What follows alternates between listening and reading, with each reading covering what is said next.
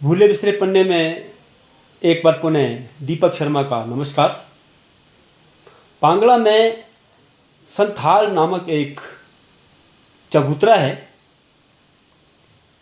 ये जो संथान जगह है, लोक मान्यता है कि इसी स्थान पर कुछ दूरी पर शिव जी का मंदिर है, जहाँ पर भीम और हिडिंबा का विवाह हुआ था। और इसी संथाल चबूतरे पर अज्ञातवास में पांडव चौसर खेला करते थे और सुकेत राज्यों के पहले राजा वीरसेन जी इसी चबूतरे पर संथाल पर बैठकर न्याय सुनाते थे, निर्णय सुनाते थे। और इसी जगह पर जो बाठला लोक नाट्य परंपरा है, इसका प्रारंभ भी इसी संथाल से प्रारंभ हुआ है। इस विषय में संथाल के बारे में क्या कहते हैं हमारे इतिहासविद डॉक्टर हिमेंद्र बाली और यहाँ के स्थानीय इतिहासकार doctor Jagdish Sharma. Silver paint कर दिया देखो, ऊपर भद्रमुख ये आवाज जगह है। ये तो ऊपर है कोई चीज लगी, मतलब हम आज जहाँ भी जा रहे हैं, है ना, आज पड़े हुआ है ना, चलो चले तो एक बात है डॉक्टर साहब, हाँ जी, ये जो सामने वाली मूर्ति है ये भी भद्रमुख है।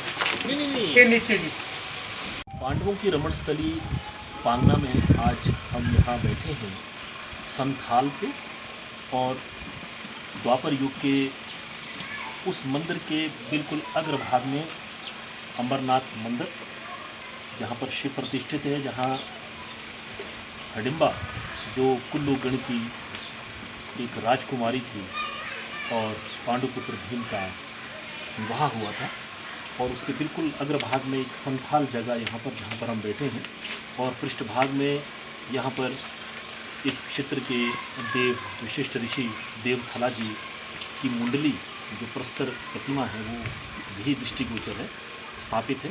और ये संथाल जो है एक ऐसा स्थान यहाँ पर, इसी स्थान पे पांडवों ने लाक्षागृह की घटना के बाद छद्म देश में आकर के इस बिगड़ क्षेत्र में समय गुजारा, और छद्म देश में रहते हुए वो यहाँ पर चौसर का खेल खेला करते थे। और इसी संथाल की जगह पर वो शिलाएँ थीं जहाँ पर वो चौसर का खेल खेला करते थे।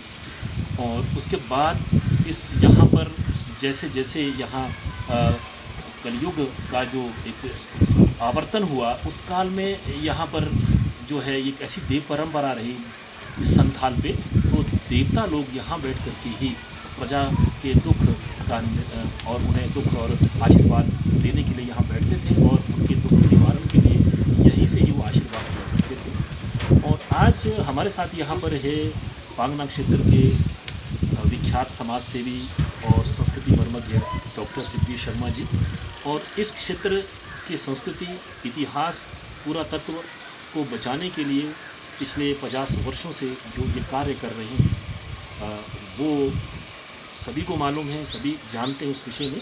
और आज भी पुरातत्व के संरक्षण के लिए और यहाँ के लोक साहित्य के संरक्षण के लिए ये सतत प्रयासरत हैं। तो ये इस विषय में हमें ये बताएं कि संथाल ये जगह थी, ये वो देवस्थल भी रहा, और या उसके साथ साथ राजसी काल में यहाँ पर सैनवंशज के काल में यहाँ इसी स्थान से जो है निर्णय देने की एक जो परिपाटी थी वो रही है। तो मैं चाहूँगा डॉक्टर साहब इस विषय में आप सविस्तार कहें, और अन्य विषय भी जो इस स्थान से जुड़ा हुआ है उसके विषय में आप जानें। डॉक्टर पांगना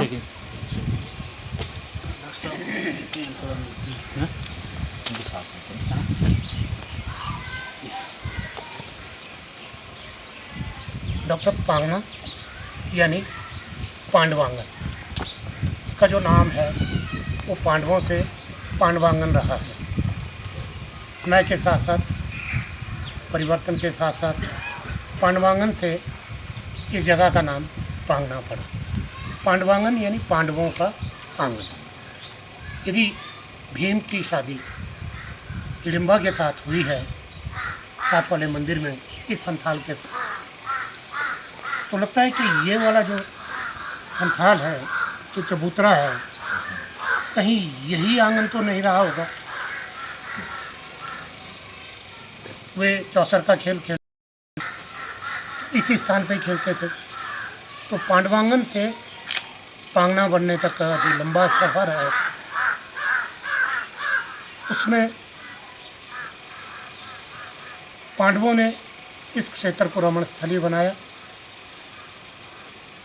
पांडवों के ही पद चिन्हों पे उनके ही आगे की पीढ़ी के राजा वीरसेन जी, वे सुकेत के पहले शासक हुए। उन्होंने पांगना गांव के मध्य एक ऊंची टेकड़ी पर 20 से 60 फुट ऊंची पत्थर और देवदार के शहतीर के बीम बना के 20 से 60 फीट ऊंचे किले का निर्माण किया। और उन्होंने, राजा वीरसेन जी ने इसी स्थान पे जो न्यायालय था, जो न्याय देते थे, वो इसी स्थान पे दिया करते थे। तो एक बात और आप ये ने कहा आपने कि इस स्थान पे संथाल जगह है, वो देव और राजा के द्वारा इसी स्थान से जो है निर्णय लिए जाते थे और आदेश दिए जाते थे। और आपने जैसे पहले पूर्व में आपने संवाद में कहा कि इस स्थान से ही पांगना का जो एक विख्यात लोक नाट्य परंपरा माठना रहा है, आपने कहा कि इसी से यहाँ से शुरुआत हुई। उसके विषय में जो इसका घटनाक्रम रहा है बांटना बनने तक का, लोकनाट्य के प्रवर्तन का, वो कैसे रहा? राजा वीरसेन जी बड़े न्यायप्रिय शासक थे। वे वेश बदल के पूरे पांगना और आसपास के क्षेत्रों में जाया करते थे। एक बार उनके जो रसोइये थे, बांट जो थे, वो भोजन तैयार कर रहे थे। राजा ने सोचा कि चलो आज बांटों का ही देखते हैं कि किस तरह से भोजन तैयार कर रहे हैं और क्या आपस में चर्चा कर रहे हैं। तो उसी दिन क्या था कि राजा ने एक निर्णय गलत दिया था और बांटों ने राजा के उस निर्णय पे आपस में विचार विमर्श, एक नाट्य रूप उसको दे दिया था। राजा बड़े हैरान हुए कि ये तो वही सब कुछ है जो दिन में मैंने अपने न्यायालय में जो फैसला सुनाया है, निर्णय सुनाया, ये तो वही है। अगले दिन राजा ने बांटों को बुला लिया। वो परेशान थे कि भाई राजा ने बुलाया है, क्यों बुलाया है, शायद भोजन में कोई कमी रह गई होगी। तो जब दरबार लगा इसी स्थान पे, तो राजा ने कहा कि रात को भोजन बनाती वक्त आप जो आपस में बातचीत कर रहे थे वो क्या थी? उन लोगों के पाँव के तले से ज़मीन खिसकी।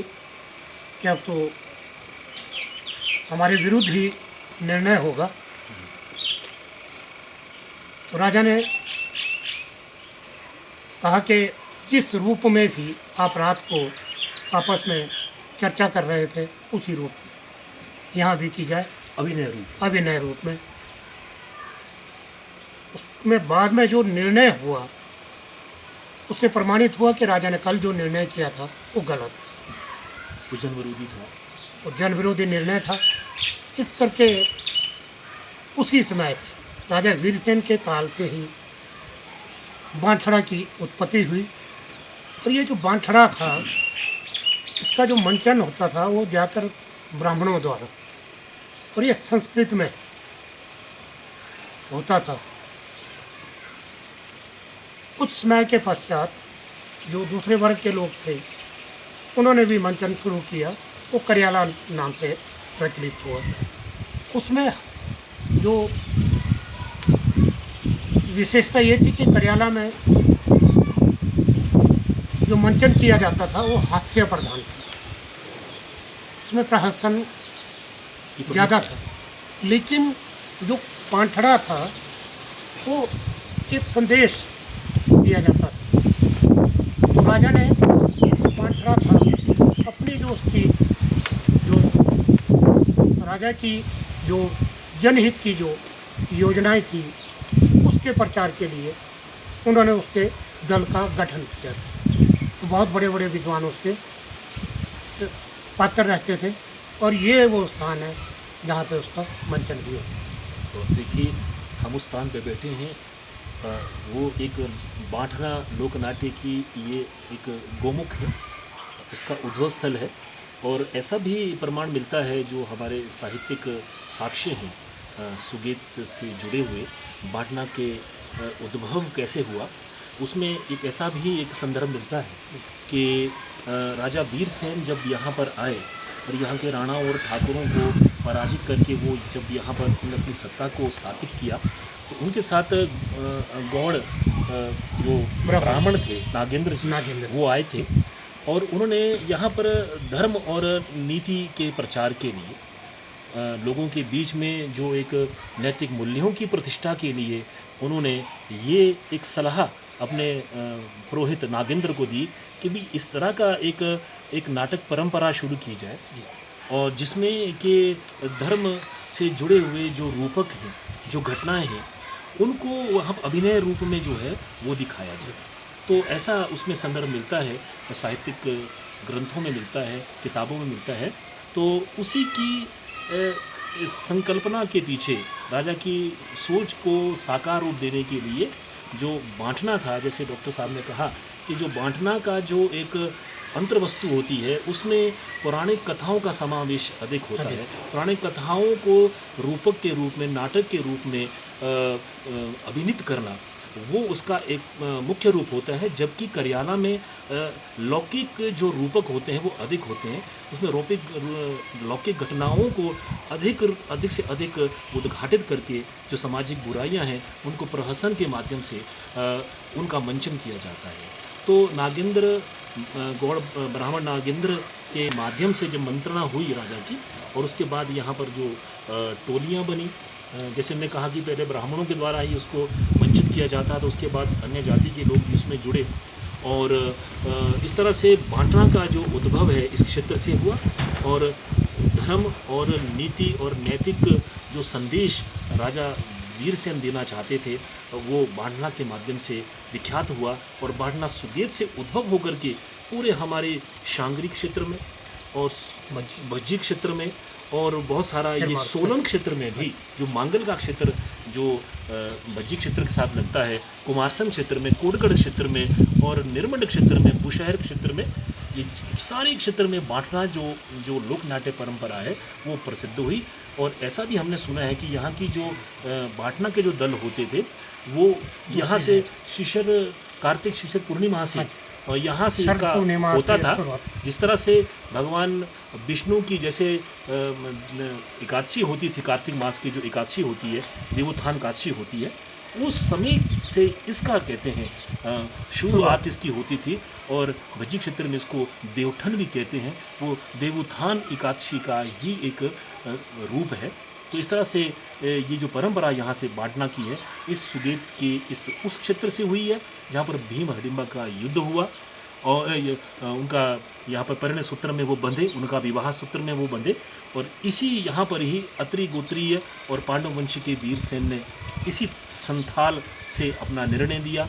और यहाँ पर देवथला जो विशिष्ट ऋषि हमारे सामने प्रतिष्ठित है, पूरी अब ये परंपरा बनी कि लौल का जो वैशाख मास में यहाँ पर मेला होता है तो यहाँ मूर्ति विसर्जन करने से पहले शिव की मूर्ति, पार्वती की मूर्ति विसर्जन के से यहाँ पर वो आते हैं तो यहाँ से वो अपना प्रजा को निर्णय देते हैं।